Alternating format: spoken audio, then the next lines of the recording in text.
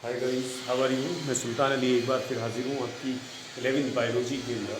तो देखिए यहाँ पर जो आज का जो टॉपिक है 11वीं वाले जो स्टूडेंट हैं वो टॉपिक है आज का आपका संघ फ्लैंट्रेटा।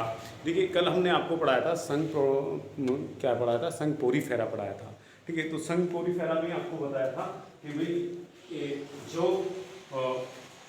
संघ पोरीफेरा में ये बताया था कि पोरीफेरा के अंदर जो जीवधारी होते हैं वो कैसे होते हैं, वो उनके बारे में आपको समझाया था। ठीक है भाई, तो आज जो चलते हैं, आज लेकर के चलते हैं अपनी क्लास संघ स्लैंट्रेटा या नाइडेरिया। ठीक है भाई, तो इससे पहले हम इसके लक्षण बताने से पहले इसके नाम के अंदर चलते हैं। देखिए नाम जो है इसका संघ स्लैंट्रेटा या नाइडेरिया है। ठीक है भाई, अब नाइडेरिया या संघ स्लैंट्रेटा क्यों पढ़ा है?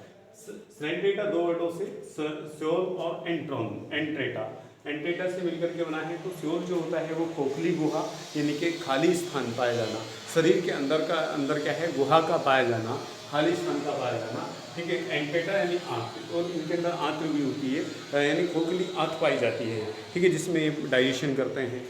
तो ये, और दूसरा क्या है, इनके अंदर जो होती है सुरक्षात्मक कोशिकाएं पाई जाती हैं जिसे बोलते हैं नाइडेरिया। तो ये नाइडेरिया जो है ये नाइडेरिया जो वर्ड है तो इसमें क्या है, नाइडोब्लास्ट या नेमेटोब्लास्ट जो कोशिकाएं होती हैं वो दंश कोशिकाएं होती हैं। क्या पाई जाती हैं? दंश कोशिका।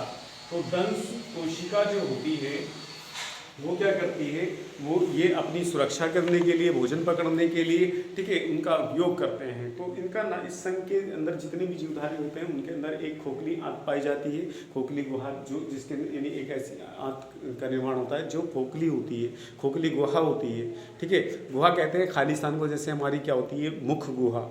मुख गुहा कैसे है? दांतों के बीच में जो हमारा दोनों ऊपर का जबड़ा नीचे के जबड़े के बीच में जबान है। ठीक है, ये जबान कहाँ पर है? हमारी मुख गुहा के अंदर है। ठीक है, तो ये क्या है हमारा, इसके ये क्या कहलाती है? हमारी गुहा कहलाती है, कैविटी कहलाती है। तो उसी तरीके से क्या होता है, उनके आंत्र के अंदर जो होते हैं गुहा पहले पाई जाती है। दूसरे उनके अंदर क्या होते हैं, सुरक्षात्मक कोशिकाएं होती हैं, दंश कोशिकाएं होती हैं जो शत्रु से सुरक्षा करती हैं, भोजन पकड़ने में सहायक होती हैं। ठीक है, ये होता है। तो इसमें देखिए बात चलते हैं। सबसे पहले ये कह रहा है कि संघीय प्राणियों यहाँ पर चलते हैं कि ये जलीय, अधिकांशतः समुद्री, स्थावर और मुक्त तैरने वाले सममितीय प्राणी हैं। यानी कि ऐसे प्राणी होते हैं जो क्या करते हैं, जो एक ही स्थान पर स्थावर जलीय होते हैं। ठीक है भाई, समुद्री होते हैं अथवा मुक्त तैरने, या तो तैरने वाले भी होते हैं, समुद्र में पाए जाते हैं, ज़्यादातर जल में पाए जाते हैं। तो ये तैरते भी हैं एक जगह से दूसरी जगह, और क्या करते हैं, एक स्थान पर खड़े भी रहते हैं। इसे बोलते हैं स्थावर। क्या बोलते हैं उसको? स्थावर बोलते हैं। ठीक है भाई, तो आगे क्या कह रहा है, नेक्स्ट जो आपका इसके अंदर ये कह रहा है कि नाइडेरिया नाम इनकी दंश कोशिका नाइडोब्लास्ट या नेमेटोब्लास्ट से बना है। ये कोशिकाएं स्पर्शकों तथा शरीर के अन्य स्थानों पर पाई जाती हैं। दंशपोरक, स्थितिकारक, रक्षा तथा शिकार पकड़ने में सहायक। मैंने आपको बताया कि इसके अंदर जो होती हैं निमेटोब्लास्ट और नाइडोब्लास्ट। निमेटोब्लास्ट और नाइडोब्लास्ट प्रकार की कोशिकाएं होती हैं जो क्या करती हैं, शिकार को पकड़ने का कार्य करती हैं और उनसे और अपने शत्रु से सुरक्षा के लिए ये क्या करती हैं, उन कोशिकाओं का यूज़ करती हैं। नेक्स्ट जो इसके अंदर है वो आपका है क्या कि इनके कुछ सदस्यों जैसे प्रवाल कोरल में कैल्शियम कार्बोनेट से बना कंकाल पाया जाता है। ठीक है भाई, इसके अंदर जो होता है कुछ सदस्य होते हैं इसके प्रवाल, तो उसमें क्या होता है, उसके अंदर कैल्शियम कार्बोनेट का बना हुआ बाह्य कंकाल पाया जाता है, जो उसको क्या करता है, बाह्य कंकाल सुरक्षात्मक आवरण प्रदान करता है। जैसे हमारे क्या है, नाखून है, ठीक है, या आपने देखा होगा घोगे के ऊपर जो एक खोल होता है वो क्या होता है, वो कैल्शियम कार्बोनेट का बना हुआ होता है। ठीक है, जो उससे क्या करता है, उसको सुरक्षात्मक आवरण प्रदान करता है। ठीक है भाई, उससे आगे कह रहा है इनके कुछ सदस्य जैसे ये हो गया, आप आगे कह रहा है इनमें पीढ़ी एकांतरण होता है। जैसे ओवोलिया में पॉलिप एलिनी जनन के द्वारा मेडुसा उत्पन्न करता है तथा मेडुसा, देखिए इसमें क्या होता है, इसके अंदर भी पीढ़ी एकांतरण पाया जाता है। पीढ़ी एकांतरण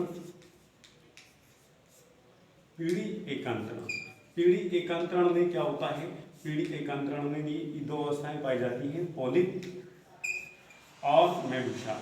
पॉलिप और मेडुसा, तो ये पॉलिप क्या करता है, पॉलिप से मेडुसा का निर्माण होता है और मेडुसा से पॉलिप का निर्माण होता है। ठीक है भाई, पॉलिप जो होता है, पॉलिप देख लेता हूँ आपका ये बना है। हाँ, पॉलिप जो होता है वो कैसे होता है, पॉलिप पोलिप जैसे समुद्री कीड़ा होता है, ठीक है भाई, ये संरचना, या फिर हाइड्रा होता है, क्या भाई क्या होता है, हाइड्रा होता है, ठीक है भाई। यहाँ ये देखिए, ये बेलन के आकार की संरचना होती है पोलिप की। कैसी? बेलन के आकार की, बेलन, बेलनाकार, बेलन के आकार की शरीर की संरचना होती है, ठीक है भाई। तो ये क्या कहलाते हैं? ये पॉलिप कहलाते हैं। जैसे क्या होता है तुम्हारा इसमें हमारा एक एडमस या समुद्री कीड़ा या फिर हाइड्रा होता है। दूसरा है हमारा ओरेलिया, और ये मेडूसा जो होता है, मेडूसा जो होता है वो छतरी के आकार का होता है, छतरी आकार का क्या होता है? मेडूसा होता है। अब यहाँ देखिए इसमें क्या है, इसके अंदर एक उदाहरण दिया है ओरेलिया। ओरेलिया क्या है? ओरेलिया भी किसी का एक जीवधारी है, ठीक है। कैसा होता है उसका आकार? छतरी के आकार का होता है। कैसा होता है उसमें? छतरी के आकार का, ऐसा होता है, ठीक है भैया। ये छतरी के आकार का इसकी संरचना है यहाँ, ये, ठीक है। तो ये ओरेलिया है, उसमें चित्र दिखा दिए हैं मैंने आपको। तो ये थे इसके कुछ मुख्य लक्षण थे। इसके अंदर जो आता है समुद्री एनीमोन, साधु केकड़ा आता है, फाइसीलिया आता है, और हाइड्रा भी इसी के अंदर आता है, ठीक है। तो ये थे इसमें।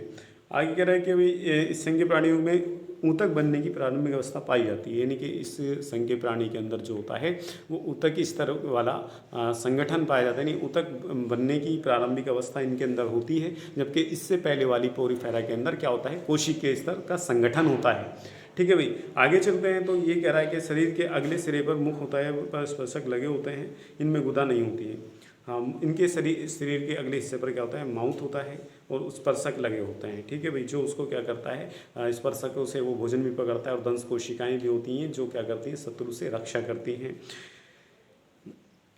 भाई। इनके शरीर में केवल एक गुहा होती है, जो जिससे जठरवाहिनी गुहा है, स्लेंट्रोन कहते हैं। इसकी विशेषता कारण ये है कि इसे स्लेंट्रेटा कहते हैं भाई। एक स्लेंट्रोन पाई जाती है, गुहा पाई जाती है इसके अंदर, ठीक है। एक यानी खोखली आँख पाई जाती है। तो उसे इसी की वजह से ही इस ग्रुप का क्या नाम पड़ गया? इस ग्रुप का नाम पड़ा स्लेंट्रेटा। क्या पड़ा? स्लेंट्रेटा, ठीक है भाई। तो आज के लिए इतना ही काफ़ी है, फिर मिलते हैं इंशाल्लाह कल के लिए। तब तक के लिए खुदा हाफिज़।